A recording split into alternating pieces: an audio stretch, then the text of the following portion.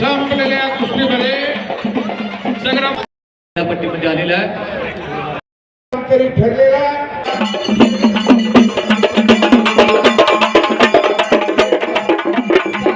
पहिला पुकार शेखर शिंदे पेटी तोड पहिला पुकार रेड कचो विरुद्ध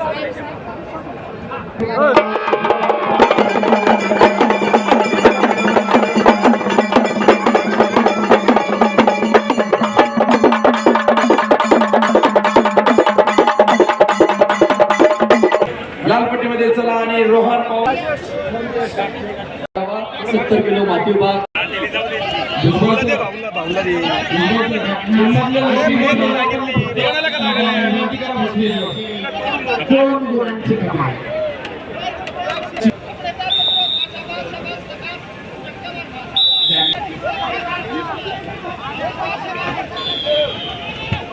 थोड्या वेळानंतर महाराष्ट्र केसरी गटाच्या माती विभागाचा पुन्हा एक फेरी होणार आहे त्याला नोंद घ्या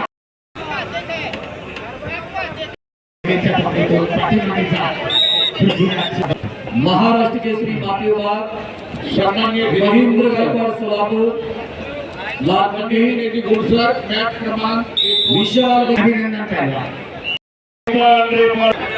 प्रत्यक्ष कुस्ती झाल्यानंतर तांत्रिक समितीचे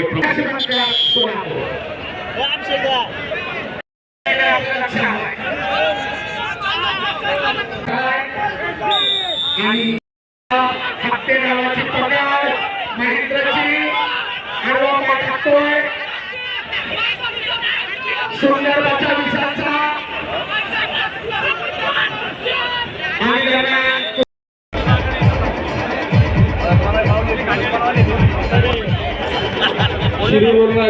पवानी जय शिवाजी जय श्रीराम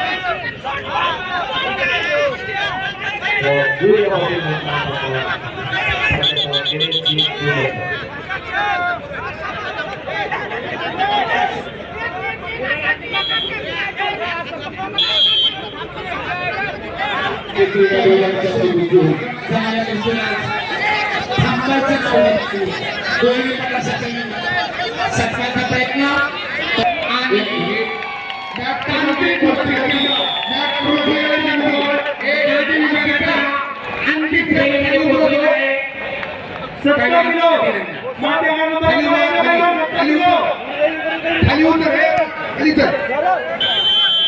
आक्रमक झाला शिवराज आपल्या भरभक्कम देशकीचा फायदा घेतोय आणि भारंदाज यशस्वी पुन्हा भारंदाज कुस्ती आखाड्याच्या बाहेर सरपंच आपल्या अहिल्यानगरीमध्ये महाराष्ट्र केसरीचं आयोजन करत असताना या ठिकाणी ज्यांच्या मार्गदर्शनाखाली हा कार्यक्रम आयोजित केला ते आमच्या सर्वांचे मार्गदर्शक आदरणीय अरुण काका जगताप, अहिल्यानगर कुस्तीगीर संघाचे अध्यक्ष आदरणीय संग्रामभैया जगताप, त्यांचे सर्व सहकारी, या ठिकाणी उपस्थित असलेले महाराष्ट्र केसरी आणि जवळजवळ 900 मल्लांची दंगल पाहण्यासाठी उपस्थित असलेले सर्व कुस्तीप्रेमी, या सगळ्यांचं मी संग्रामभैया यांच्या वतीने मनापासून स्वागत करते.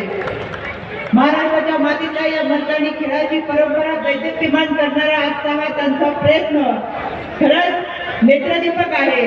एकदा संग्रामभैयासाठी जोरदार टाळ्या वाजून आपण त्यांना मनापासून धन्यवाद देऊयात. आज या स्पर्धेत 1961 सालची ही महाराष्ट्र केसरीची परंपरा आणि ही परंपरा पुढे घेऊन जात असताना खेळाडूंच्या पाठीवरती कौतुकाची थाप देत माझ्या राज्य महिला आयोगाच्या वतीने मी मनपूर्वक शुभेच्छा देते. शेवटी शक्तीचा उपयोग युक्तीने करणं आणि विरोधकाला नामहरण करणं म्हणजे कुस्ती. डाव, चपळता आणि निर्णय क्षमता वापरून क्षणात डाव उलटवणं म्हणजे कुस्ती. आणि ही कुस्ती या ठिकाणी मल्ल अतिशय उत्तमरित्या खेळतात. त्यांना प्रोत्साहन देण्यासाठी आपापल्या जिल्ह्यामध्ये मोठ्या प्रमाणातले कुस्तीप्रेमी या ठिकाणी उपस्थित आहेत. आतापर्यंत महाराष्ट्र केसरी मोठ्या प्रमाणात स्पर्धा झाल्या.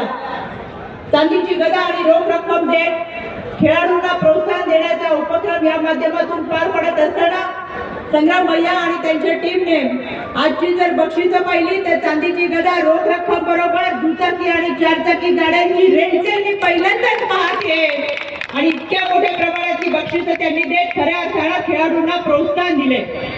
गेल्या 3 दिवसापूर्वी महाराष्ट्र महिला केसरी भाग्यश्री तिच्या परिवारासमवेत माझ्या भेटीला आली होती. भाग्यश्री ज्यावेळेस भेटीसाठी आली त्यावेळेस तिच्या समवेत तिचा संपूर्ण परिवार आला होता. विशेष म्हणजे भाग्यश्रीने ओळख करून दिली की माझी सासू माझ्या सोबत आली आहे.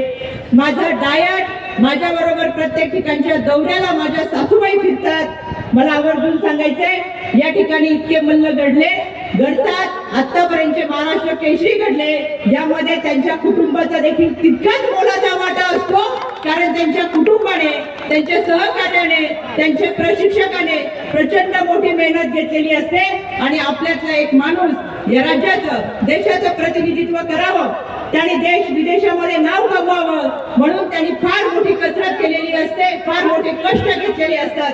असेच कष्ट या माध्यमातून या मल्लांना देखील मिळावे आणि या महाराष्ट्र केसरी मधून नाव महाराष्ट्राचं देशामध्ये आणि विदेशामध्ये देखील दैदिप्यमानपणे उजळावं यासाठी आपल्या सगळ्यांच्या वतीनं या 900 मल्लांसाठी माझ्या मनपूर्वक शुभेच्छा.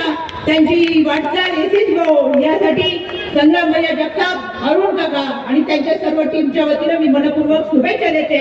इतक्या सुंदर कार्यक्रमाला आम्हाला आमंत्रित केलं त्याबद्दल मी जगताप परिवाराचे मनापासून आभार व्यक्त करते आणि थांबते. धन्यवाद. जय हिंद, जय महाराष्ट्र.